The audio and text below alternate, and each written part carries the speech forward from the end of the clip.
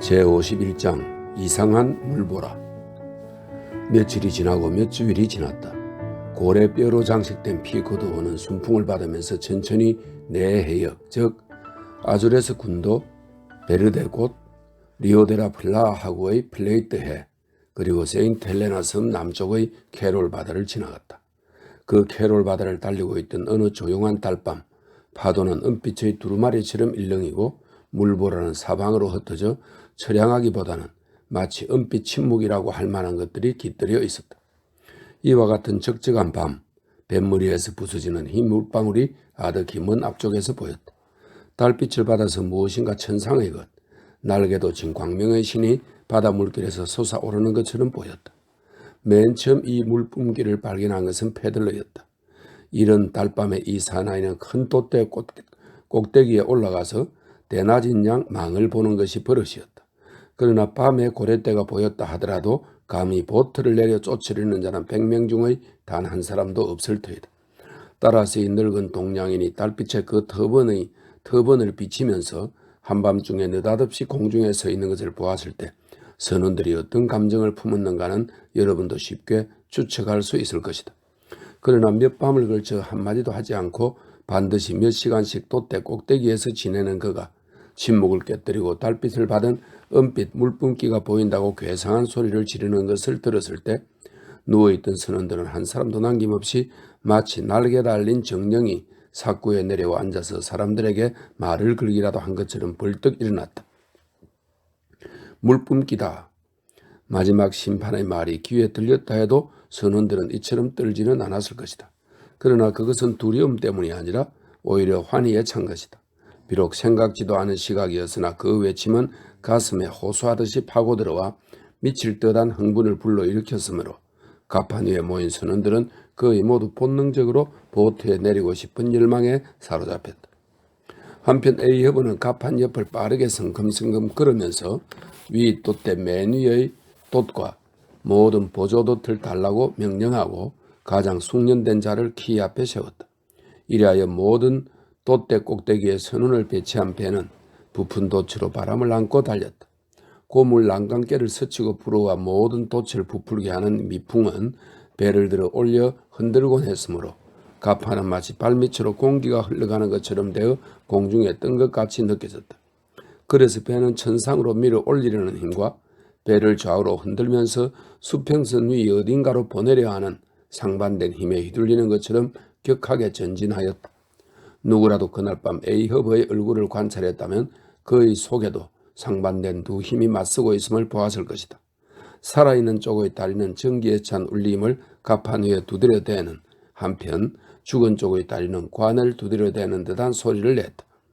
이 노인은 생과 사의 두 세계를 넘나들고 있었다. 배는 쾌속으로 돌진했고 모든 사람의 눈동자에서는 화살과 같은 격렬한 빛을 발했지만 그날 밤 은빛 물뿜기는 두 번 다시 보이지 않았다. 모든 선원들이 분명 한 번은 보았으되 두 번은 아니었다고 장담했다.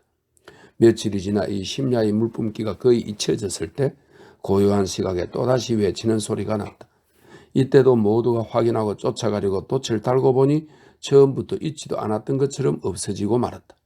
며칠 밤을 이렇게 희롱당했기 때문에 마침내 사람들은 누구 하나 상대를 않게 되어 그저 이상한 것이라고만 생각하였다. 고요한 달빛 속에서 또는 별빛 속에서 괴상하게 물을 뿜어 올렸는가 하면 하루 종일 아니 이틀 사흘이 지나도 그림자도 보이지 않다가 다시 눈앞에 명료하게 나타나는 순간 또다시 배의 앞쪽 아득히 먼 곳으로만 내달리고 있는 듯이 느껴져 이 물보라는 영원토록 우리를 유혹하려는 것처럼 생각되었다. 선원들 사이에서 끊이지 않고 내려온 미신적인 사고방식, 또 어떤 일에도 피코도호를 뒤덮는 것처럼 생각되는 초자연적인 불가해, 그런 것이 서로 합쳐진 것일까? 배 안의 일부 선원들은 그것을 본 것이 언제 어느 곳이고 어느 정도의 시간 간격을 두고 나타났건 또 어떤 경도나 위도의 간격을 두고 나타났건 늘 저 다가갈 수 없는 물뿜기야말로 어떤 고래 하나가 뿜어 올리는 것, 즉 모비딕의 짓이라고 단언하였다. 한동안은 이 신출기물하는 망령에 대한 공포가 배를 사로잡았고 그것이야말로 저 바다 괴물이 우리를 앞으로 이끌다가 가장 멀고 가장 거친 바다에 이르면 몸을 돌려서 덤벼들어 우리를 죽여버리려는 것이라는 생각도 들었다. 그 무렵 이러한 근심은 참으로 막연했지만 두려움에 차 있었고 더구나 이상할 정도의 조용한 날씨가 계속 역효과를 초래해서 야릇한 예감을 더해주기까지 했다. 그 âm 울한 정적의 밑바닥에 뭔가 악마의 주술이 숨겨진 것처럼 생각되었고 이 지루하고 적적한 고요 속에 쌓인 바닷속을 며칠이고 계속 달리다 보니 천지가 우리의 복수에 혐오감을 드러내며 이 뼈 항아리 모양의 뱃머리 앞에서 생기를 던져버렸다고 생각되었다. 그러나 이윽고 동쪽으로 향했을 때 희망봉의 폭풍은 우리 주위에서 미친 듯이 울부짖었고 우리는 그 용솟 넘치는 높은 파도 속에서 치솟았다 떨어져 내렸다를 반복했다. 고래뼈로 장식된 피코드원은 심한 바람에 세게 비틀거리면서 미친 듯이 어두운 파도를 갈랐고 물보라는 은조각의 소나기처럼 배전을 넘나들었다. 이래하여 진공 같은 생의 쓸쓸함은 사라져버렸지만 그 대신 찾아온 것은 더 한층 비처참한 광경이었다. 고물 가까운 물속에서는 이상한 모양의 생물들이 눈앞을 휙휙 스쳤고 우리의 뒤쪽에는 어쩐지 수상한 가마우지가 많이 날고 있었다. 아침마다 용출줄에 나란히 앉아서 아무리 소리를 질러대어도 언제까지고 고집스럽게 그 삼뱃줄에 매달려 있었다. 이 배를 포류하는 무인선이라 생각하고 황폐하게 내버려진 이곳에야말로 집 없이 떠도는 자기들의 보금자리로 적당하다고 생각했던 모양이다. 암흑의 바다는 마구 소용돌이치고 한시도 멈추지 않았다. 그 광대한 파도는 양심이고 거대한 세속의 영혼은 자신이 오랫동안 길러온 죄와 고뇌에 몸부림치고 슬퍼하는 것 같았다. 사람들은 왜 희망봉이라 부르는 것일까? 옛날의 위남봉이라는 이름이야말로 제격이다. 위남봉이 바스코 다가마가 처음 지은 이름이네요. 위험스럽고 아주 험한 봉우리 이런 뜻입니다. 위남봉 한자로 보니까.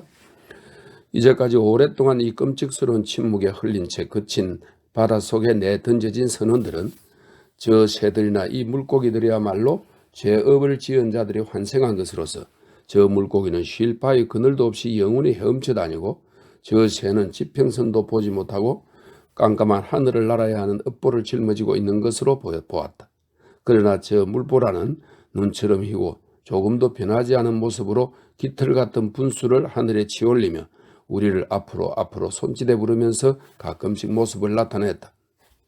이 어두컴컴한 날씨가 계속되던 나날에 에이헤브는 바람이 마구 부는 위험한 갑판의 지휘를 거의 혼자 도맡았으나 휴식도 거의 취하지 않았고 말할 수 없이 어물하고 고독한 모습으로 항해사들에게 말을 거는 일도 적어졌다. 이와 같은 거친 날씨에는 배의 윗돛대 꼭대기의 물건들을 단단히 고정시키고 나면 해야 할 일이라고는 폭풍의 결과를 지켜보는 일밖에 없었다. 선장도 선원들도 모두 숙명론자가 되었다. 에이허브가 그 상하뼈의 한쪽 다리를 언제나처럼 구멍에 집어넣고 한 손으로 단단히 밧줄을 붙잡고 몇 시간이고 서서 바람 불어오는 것을 가만히 응시할 때 때로 비나 눈을 동반하고 불어오는 질풍은 그 눈꺼풀을 거의 얼어붙게 했다. 선원들은 고물을 넘쳐 들어와 부서지는 거친 파도에 앞돛대 쪽에서 가운데 갑판으로 쫓겨와 배전에 나란히 서서 풍랑을 피하기 위해 난간에 메어진 줄로 몸을 묶고 느슨해진 끈에 묶인 것처럼 흔들리고 있었다. 거의 한마디도 말을 하는 사람이 없었다. 밀랍을 바른 선원들을 태운 것처럼 침묵의 배는 매일매일을 미친 듯이 기쁜 날뛰는 악령의 거친 파도를 헤치고 나갔다. 밤이 되어도 대양의 울부짖음을 앞에 둔 인간의 침묵은 풀리지 않았다. 선원들은 여전히 벙어리처럼 용출줄에 달라붙었고 에이허브도 말없이 폭풍에 맞서 있었다. 기력이 쇠퇴해졌다고 생각이 될 때도 그는 해먹에서 휴식을 취하려고 하지 않았다. 스타벅은 어느 날 밤 청우계를 조사하러 선장실에 들어갔을 때 본 그 노인의 모습을 잊을 수가 없다고 했다. 마룻바닥에 못질을 한 의자에 눈을 감고 굳은 것처럼 앉았는데 조금 전까지 뒤집었었던 폭풍의 물방울이며 진눈깨비를 여전히 털지 않아 쓰고 있는 모자와 외투에서는 물방울이 뚝뚝 떨어지고 있었다. 옆의 테이블에는 언젠가 이야기한 조류와 해류의 지도가 펼쳐진 채 놓여 있었다. 굳게 움켜진 손에는 등불이 흔들리고 있었다. 몸체는 꼿꼿했지만 머리는 뒤로 젖혀져 있어서 그 감은 눈은 천장의 들보에 매달린 키 각도 표시기, 이 키 각도 표시기라는 것은 선장실 나침이가 그렇게 불린다고 합니다. 키의 나침판까지 가지 않아도 선장실에서 배의 진로를 가르쳐 주기 때문이다. 이렇게 설명이 되어 있네요. 키 각도 표식의 바늘을 노려다보고 있었다. 무서운 늙은이다. 스타벅은 전율하며 생각했다. 이 폭풍 속에 잠자면서도 집념에 찬 그 눈은 표적을 노리고 있는 것인가. 제52장 엘버트로스호. 희망봉 남동쪽 멀리 큰 고래의장으로 이름난 크루제트 군도 해역의 절해에서 엘버트로스라는 배를 보았다. 그 배가 천천히 다가옴에 따라 압도대의 높은 곳에 있던 나는 원양의 풋내기의 눈이 휘둥그레지기에 족한 광경, 곧 오래 고향을 떠나 바다를 떠도는 포경선을 잘 관찰할 수 있었다. 파도가 표백술사라고나 할지 그 배는 마치 육지에 밀려 올라온 바다 코끼리 뼈처럼 창백해져 있었다. 이 유령 같은 배의 모습은 배정 가득히 붉게 녹슬어 줄무늬가 나 있고 돛대, 활대나 삭구는 모두 하얗게 설이 내린 나무가지 같았다. 아래쪽에만 돛이 달려 있었다. 이 새 돛대 꼭대기에 있는 수염이 덥수룩한 망보기들의 모습은 보기 끔찍할 정도였다. 그들은 짐승 가죽에 쌓인 것처럼 보였고 그의 4년 동안의 항해에 견뎌낸 그 의복은 다 해지고 낡아 있었다. 돛대에 박힌 쇠고리 옆에 서서 그들은 깊이를 알 수 없는 심해 위에서 흔들리고 있었다. 그 배가 우리 배의 고물에 닿을 듯 말 듯하게 공중에 있는 우리 6사람이 이 돛대 꼭대기에서 상대편 배의 돛대 꼭대기로 뛰어 옮길 수 있을 만큼 가까운 거리에서 천천히 미끄러져 갔다.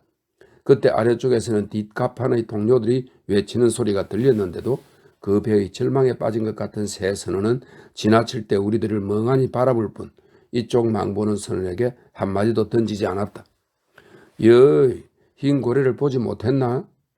그러나 그 이상한 선장은 그때 창백한 뱃전에 기대서서 신호나팔을 입에 대리하고 있었는데 웬일인지 그것은 손에서 굴러서 바다에 떨어지고 말았다.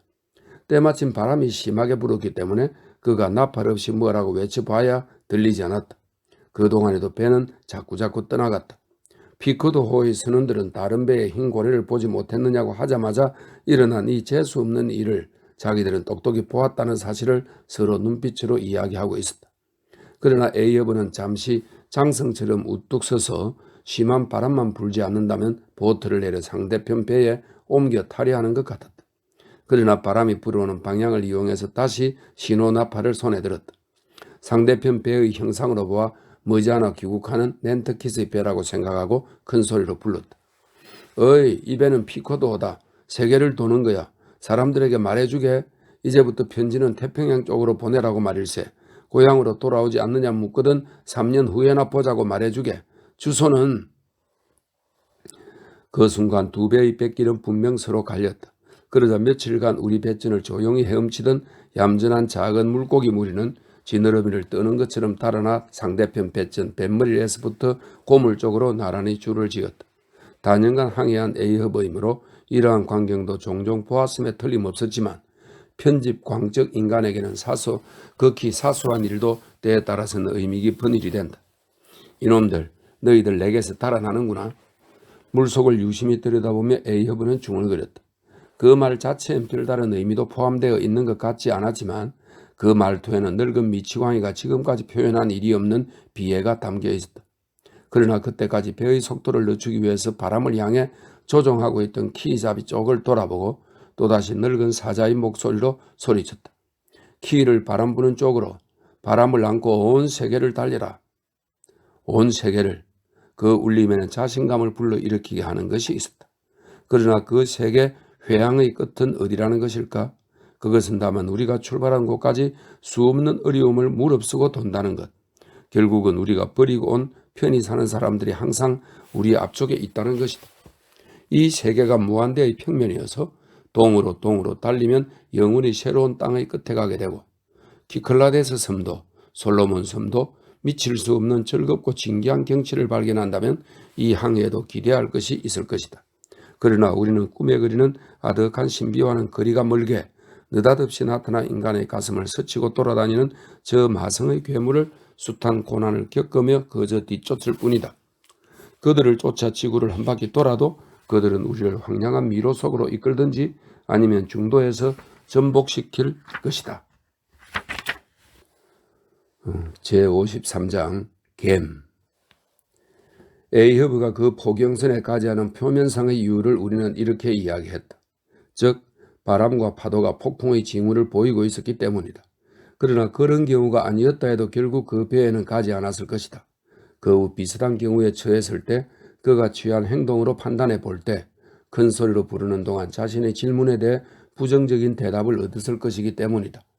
사실 후에 판명된 일이지만 에이허브는 그토록 간절히 듣기를 바라고 있는 소식에 도움이 될 듯한 경우를 제외하고는 다른 배의 선장과는 잠시 동안이라도 상대하려 하지 않았다. 그러나 이러한 모든 일도 이역의 바다, 특히 공의 의장에서 만나는 포경선의 독특한 습관임을 전혀 모른다면 이상하게 들릴 것이다. 두 이방인이 뉴욕주의 파인베른이나 그에 못지않게 황량한 영국의 솔즈베리 광야에서 만났다고 하자. 그런 인적도 없는 광야에서 만났다면 그 두 사람은 반드시 서로 인사를 주고받거나 잠시 걸음을 멈춰 어떤 소식을 알려주기도 하며 잠시 앉아서 함께 쉬기도 할 것이다. 그렇다면 끝없는 바다의 파인베른이나 솔즈베리 광야에서 포경선 두 척이 같은 해역에서 서로 조우했다고 한다면 쓸쓸한 패닝섬이나 더 먼 킹스밀 근처라도 좋다. 그 경우에 배가 서로 소리를 지르고 훨씬 가까이 접근해서 서로 인사를 나눈다는 것은 퍽 자연스러운 일이다. 더구나 같은 항구에 소속되고 그 선장이나 고급 선원 등 적지 않은 선원들이 서로 아는 사이고 그리운 고향에 대해서 끝없는 화제라도 있을 경우 너무나 당연한 일이다. 출항한 지 얼마 안 되는 배에는 오래 고향을 떠나 있는 배에 띄운 편지도 맡겨져 있을 것이다. 아무튼 손가락 자국 투성이로 너덜너덜해진 마지막 신문보다는 1년이나 2년쯤 새로운 것을 받아볼 수가 있을 것이다. 출항한 지 얼마 안 되는 배에서는 베푼 친절의 답례로 이제부터 목표로 삼는 고래 의장에 대한 최근의 정보라는 비할 바 없이 귀중한 자료를 얻을 수 있을 것이다. 또한 모두 비슷하게 오랫동안 고국을 떠나 있던 포경선이 고래 의장을 서로 지나치는 경우가 있더라도 어느 정도는 이와 흡사하다. 이를테면 한 배는 지금은 먼 곳에 있는 제3의 배에서 부탁받은 편지를 가지고 있을지도 모르고 그 속에는 지금 만난 배에 보내진 것도 섞여 있지 않다고는 할 수 없다. 게다가 고래의 정보를 교환하고 환담을 나눌 수도 있다. 그들의 만남에는 뱃사람끼리의 동정심이 넘쳐 있을 뿐 아니라 어려움과 위험을 겪으면서 같은 고래를 잡는다는 일종의 독특한 친밀감도 생긴다. 또 국적이 다르더라도 이를테면 미국 사람과 영국 사람의 경우처럼 쌍방의 말이 통하는 한은 본질적으로 다를 것이 없다. 그렇다고 해도 그런 교환은 영국 포경선이 소수이므로 그리 자주 일어나지는 않는다. 게다가 만일에 만났다 해도 서먹한 기분이 그 사이를 감돌기 쉽다. 왜냐하면 영국인들은 과묵하고 양키들은 자기 이외의 사람들에겐 그러한 덕이 없는 줄 알기 때문이다. 더구나 영국의 고래잡이들은 때로 우울감을 보이면서 미국의 고래잡이들을 멸시하는 습성이 있고 키가 크고 힘줄 투성이인 낸특긴 사람들이 정체를 알 수 없는 나라의 풍속을 좀 보일라 치면 저놈들은 바다의 시골떡이라고 무시한다. 그러나 양키들 전체가 하루에 잡아죽이는 고래의 수는 영국 사람들 전체가 10년 동안에 잡는 것보다 많다는 것을 생각한다면 사실이지 영국 포경선의 우울감이 어디서 기인하는지 의아하게 여기지 않을 수 없다. 이것은 죄 없는 영국 고래잡이들의 작은 약점이라 할 만한 것이므로 낸터키 사람들도 그다지 마음에 두지 않고 있다. 또 자기들에게도 약간의 약점은 있을 테니까. 결국 외롭게 바다 위에 떠있는 모든 배 중에서 포경선이 가장 사김성이 좋은 것도 무리가 아니고 또 사실이 그렇다. 그런데 대서양 한복판에서 서로 지나치는 상선 중 어떤 것은 만나는 순간에도 인사말 한마디 없고 훌쩍 소매뿌리를 스치며 지나가 버리는 그 모습은 브로드웨이의 멋쟁이 한상과 비슷해서 언제나 서로의 장비와 도구 따위에 대해서만 까다로운 비평을 한다. 한편 구남은 바다에서 우연히 마주치면 우선 요란스런 인사를 하느라 시시득거리며 깃발을 올렸다 내렸다 한다. 그쯤 되면 솔직한 호의라든가 진정한 형제 같은 것이 그곳에 있으리라고는 여겨지지 않는다. 그리고 노예선들이 만나게 되면 왜 그렇게 황급하게 달아나 버리고 마든지, 그리고 해적선이 서로의 해골이 그려진 길을 스쳐갈 때 제일 먼저 던지는 인사말은 포경선이라면 몇 통이나 했나? 하고 물어봤을 것을 몇 놈이나 해치웠나? 라고 한다. 그 대답을 듣기만 하면 총총 헤어지고 만다. 모두 다 누구 못지않은 지옥의 악한들이므로 서로의 악독한 꼴을 보기 싫어하는 것이다. 눈을 돌려 천진난만하고 정직하고 얌전하고 상냥하고 공손하고 활달한 포경선을 보라. 날씨가 온화한 어느 날 다른 포경선을 만나기라도 하면 어떻게 하는가? 갬이란 것을 한다. 포경선 외의 다른 배들에는 전혀 없는 일이고 그 이름도 알지 못한다. 우연히 그 말을 들었다 해도 그것을 비웃을 뿐 물 뿜는 놈들이니 기름 짜는 놈들이니 하고 조롱하는 말을 던질 뿐이다. 상선 선원이나 해적, 군함 선원 또는 노예선 선원들이 포경선을 이렇게 한결같이 경멸하는 것은 풀기 어려운 수수께끼다. 해적의 경우를 생각해 본다면 놈들의 직업 어디에 독특한 영광이 있는지 나는 도무지 알 수 없다. 물론 때로 화려한 성천을 하지만 그것도 교수대에서가 아닌가. 더구나 저 독특한 형식에 의해서 높이 올라간다 해도 그 비약엔 충분한 발판이 없다. 따라서 그가 고래잡이보다 높은 곳에 있다고 자랑할 때 그 주장에는 확고한 근거가 아무것도 없다고 나는 단언한다. 그러면 갬이란 무엇인가? 사전에 이곳저곳을 뒤지느라 집게 손가락 끝이 닿는다 해도 여러분은 그 단어를 찾아낼 수 없을 것이다. 존슨 박사는 영국의 사전 편찬자입니다. 존슨 박사도 거기에까진 박식하지 못하고 노아 웹스터 씨의 방주 속에도 그것은 웹스터 사전입니다. 속에도 그것은 적혀 있지 않다. 그럼에도 불구하고 이 단어야말로 거의 15,000명의 순수 혈통 양키들에 의해서 오랜 동안에 걸쳐 늘 사용되어 온 것이다. 정말로 정의가 내려져서 사전에 등재되어야만 한다. 이런 견해에 따라서 내가 이 자리에서 학문적인 정의를 내리는 것을 허락하여 주기 바란다. 갬, GAM이네요. 명사, 두척 또는 그 이상의 포경선의 사교적 방문 교환, 대개 의장에서 행해진다. 그런 경우 큰 소리로 인사를 주고받은 뒤 양쪽 배의 선원들이 서로 만나는데 두 선장은 한쪽 배 위에, 두 1등항에 사는 다른 쪽의 배 위에서 잠시 머문다. 그리고 이 갬에 대한 다음 사항도 빠뜨릴 수 없는 항목이다. 모든 직업에는 각각 자질구레한 이상한 습관이 있는데 포경업도 예외일 수 없다. 해적선, 군함, 노예선에서는 선장 또는 함장이 보트를 탈 때에는 항상 고물에서 가장 안락한, 때로 방석이 깔린 자리에 앉아 화려한 끈이나 리본으로 장식한 화사한 키 자루를 잡고 조종한다. 그러나 고래를 잡는 보트에는 그런 고물의 좌석도 없고 그런 안락의자 같은 것도 없고 키 자루 따위도 없다. 포경 선장들이 중풍을 앓는 늙은 참사 해운들처럼 바퀴 달린 특별 의자로 무리를 돌아다녔다면 그야말로 가관일 것이다. 그리고 고래 잡는 보트에서는 그런 여성다운 키 자루 같은 것은 결코 허용되지 않는다. 갬 때의 선원은 모두 보트를 저어 나가야 하며 따라서 키잡이, 즉 작살잡이도 그 가운데 있는 셈이니까 이때에는 그가 보트를 조종하게 되므로 선장은 앉을 자리가 없어서 언제나 소나무처럼 우뚝 선 채 방문하게 된다. 이때 서 있는 선장은 양쪽 배에서 주어지는 눈길, 다시 말해서 보이는 온 세상의 눈길이 자기에게 집중되고 있음을 의식하고 다리를 힘있게 버티고 자신의 위험을 지키려고 길을 선다. 이것은 결코 쉬운 일이 아니다.